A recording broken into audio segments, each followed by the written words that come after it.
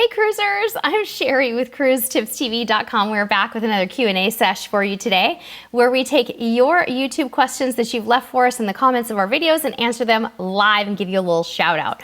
Our first questions come today from Lauren Shank. Lauren said, does the cruise send schedules to you when the dining times and schedules are active? Well, not necessarily they don't, Lauren, but if you are cruising on a cruise line that has an app, sometimes a week or two before your cruise you can go in and kind of look at the dining times and things like that ahead of time if your cruise line does it, but it's a little bit hit and miss.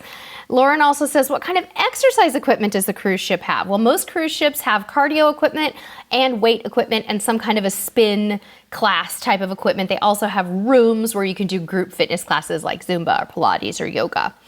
Lauren also says, when will cruises put more pools and water slides, etc.? I don't know if they're ever going to put more or if they're just going to keep evolving them, but I don't know if putting necessarily more is really their goal.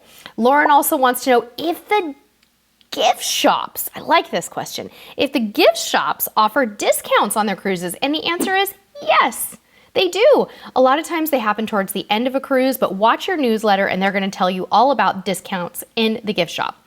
This is a funny one. Has any cruise ship improved on internet and TV cable in the cabin? Well, internet is really across the board in the industry. It's pretty subpar for the cruise industry, which is very sad.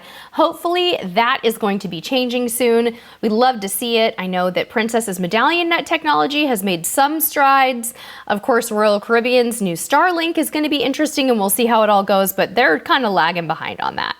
It's Erin's turn. Erin, my walkie says I'm going on Carnival Radiance soon. We went on Inspiration and Imagination many times before. What are some new things we can look forward to on the Radiance? Oh, I love this, Erin, and I know that so many of us who are West Coast cruisers used to cruise on those old fantasy class ships out of LA, right? The Inspiration and the Imagination were a staple here. Now they're gone, and Radiance has replaced that sort of need for us to go on short cruises. The truth is there's so much more, Erin, on Radiance. You've got the Sports Square with the ropes course in it.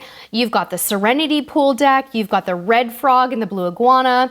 You've got Cucina del Capitano, the Italian restaurant, and you have Shaq's Big Chicken, which is very cool. You also have things like the Chef's Table and Guy's Burgers. There's just a lot more. It's a bigger ship, and it's really been updated very nicely. Have a blast, Erin. I'm jealous that you're going. Yuki Okami said, what drinks would you recommend for a rum drinker? Well, it depends on the cruise line. So I'm going to throw this question out to our audience. Friends, help Yuki. On a cruise, what are your favorite rum drinks? My favorite rum drink on a cruise is a mojito. So we're going to get the rum drinks going in the comments for you, Yuki. You check it out and see what you think. Paul Grant Billis said, the family loved our first cruise to Alaska.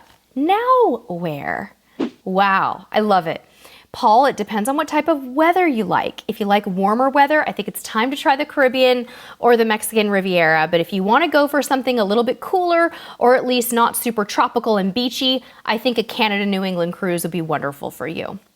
Mary Lynn Wilson said, I'm constantly shopping for a family cruise, but when Royal Caribbean advertises kids sail free, when I do end up booking, I see charges for all the guests and the price. Do you have to go through a travel agent to get an idea of the total price?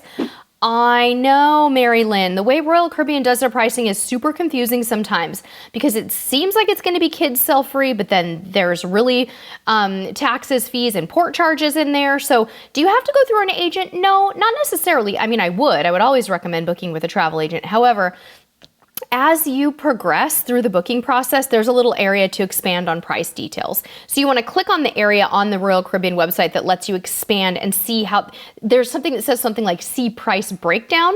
You should be able to see the price breakdown right there. William Poland said, do you think the food is better on Norwegian or Carnival cruise lines? I don't know. I can't really answer that. I haven't been on a Norwegian cruise ship since like 2018, so I really don't know. So William, I'm putting this out to our audience too. Guys, what's better? Do you like Norwegian or Carnival food better? William, go read the comments. Let's see what people have to say. Fallen Brewbaker said, I have a question for you guys. What are the different levels of drink packages on Carnival and Royal Caribbean, and which one has the best value? Okay, Fallen, let's talk about it. Let's start with Carnival. Carnival only has 2 drink packages. They have the bottomless bubbles package, which is basically a soda package. It's an unlimited soda package. And they also have the Cheers program, right? So Cheers is their alcohol package, basically. Bottomless bubbles for adults is $9.50 per day. It goes the whole cruise. It's good for all ages, and it's basically just for soda, right? Like you're getting glasses of soda. You can also get some juice. It looks like you've got, let's see here, all you can drink soda and juice for the full length of your cruise. So that's it. You're not getting bottled water. You're not getting anything else like that, but it's inexpensive, coming in at, you know, $9.50 per day. Then we move over to Carnival's Cheers package. Now the Cheers package is about $59.95 per day before gratuities. That's for adults only, and both people in the room have to buy it, and that's going to include all of your alcohol, bottled or packaged water, 25% discount on certain wines that are over a certain cost. Now, what it does not include is bottles of liquor, souvenir glasses, room service drinks, and you can't share anything, okay? So that one's pretty comprehensive. And that is just basically the only thing that Carnival offers. So let's go ahead and compare Royal Caribbean and talk about what they offer. Now, the thing about Royal Caribbean that I have to say right away is that their equivalent package is called the deluxe beverage package. That's their alcohol package, right? They have 4 packages. Royal Caribbean has the deluxe, the refreshment, the soda, and the water package.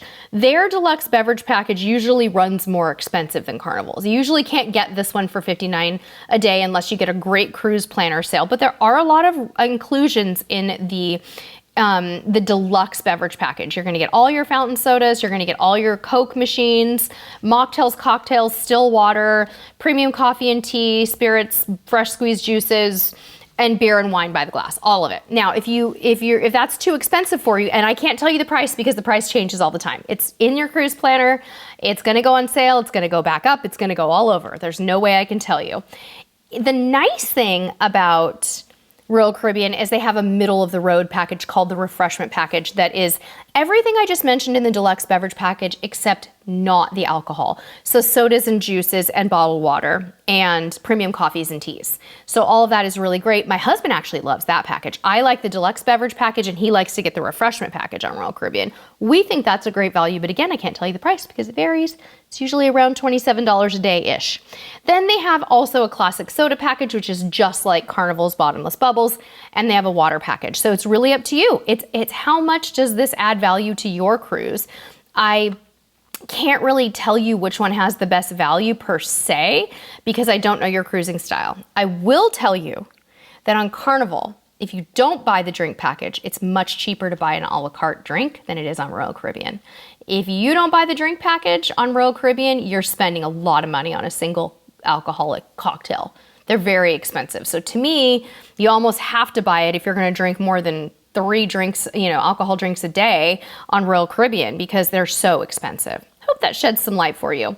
Yuki said, any tips for dinner at the steakhouse or any of the complimentary restaurants with dietary restrictions? Yeah, for specialty restaurants, go to the restaurant before your reservation and tell them what your restrictions are and give them the opportunity to prepare something special for you. You should probably be having the best luck though, really in the main dining room where you can establish rapport with the maitre d' and your wait staff more intimately to make sure that they meet your dietary needs, Yuki. HR 167102 said, is there a best time of year to cruise to Australia or New Zealand? Yes, there is. I looked this up, HR 167102. I feel like I'm talking to a robot. I don't know your real name. But New Zealand is best during what they call their summer months. So that's going to be December, January, and February. But you can start cruising when their cruise season kind of starts in October. And they kind of wind down around April. So that's the New Zealand time. Now, Australia is about late November to March is their peak time. And, you can really enjoy those nice kind of summery months in places like Sydney and Adelaide and Perth, even the Great Barrier Reef. So that's when it's going to be warmer and when you might want to consider cruising over there. Okay, these were fun questions this week. I hope you all enjoyed it. Make sure that you leave any questions you might have down in the comments of this video, and don't forget to help our fellow cruisers out with your opinions on all of the things that we've talked about in this video. Until next time, friends, we'll see you on the high seas. Bye-bye.